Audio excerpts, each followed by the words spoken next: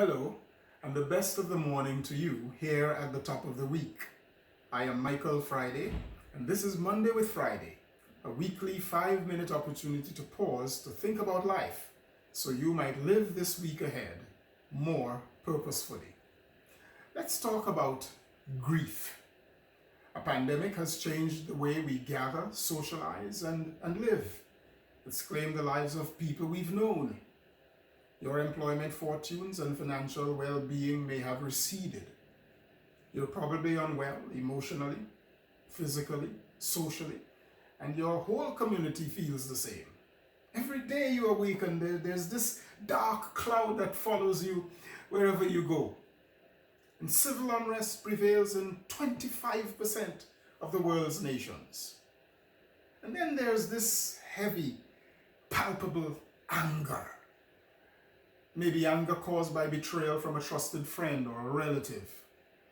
Maybe someone less honorable, less qualified, ethical, experienced or competent than you got your job promotion or the job itself.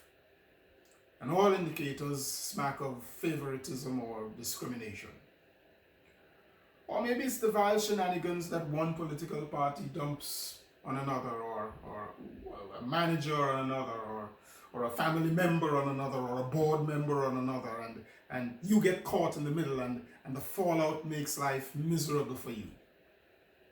Maybe it gets worse. Maybe someone, whether in uniform or not, has murdered your child, your spouse, your parent, or your friend.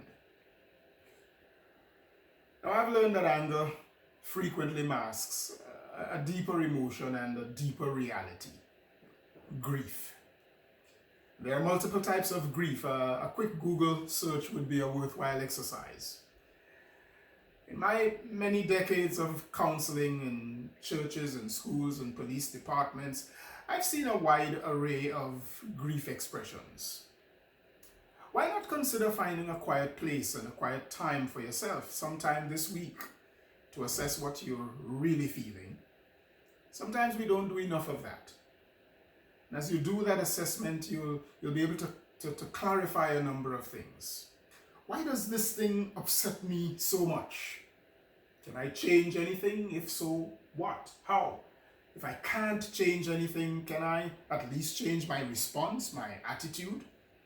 How can I work out my anger, my sorrow, my suffering, my grief in a healthy way, perhaps even in a productive way? How can I do so without further injuring myself or others? Now, some people, and especially some organizations, don't grieve. They don't know how. Let's say a manager, a leader, or a partner is fired or resigns or leaves suddenly and leaves in the midst of a lot of grief. The organization takes no time to grieve or to process grief, whether that person was beloved or they did great harm to the organization before leaving. They do no assessment of how folks really feel, what it all means, and how they must now work towards being healthy partners once more. So they remain unwell, and the organization remains unhealed from this tragedy, and productivity goes south, and people wonder later what happened. Now, church folk do a lot of that. Jesus will heal us, they say, and they move on, or try to, without doing the hard work to address the grief caused by mischief makers, who sometimes are the folks who remained, not the ones who left or who we chased out of town. Now, faith does help with healing grief, but only when the faithful are honest, sensible, responsible, and thorough. Now, although we may deal with grief in some cases by ourselves, sometimes it may be better to grieve with others, whether we have suffered the same loss as they, or just for sharing our empathy with them.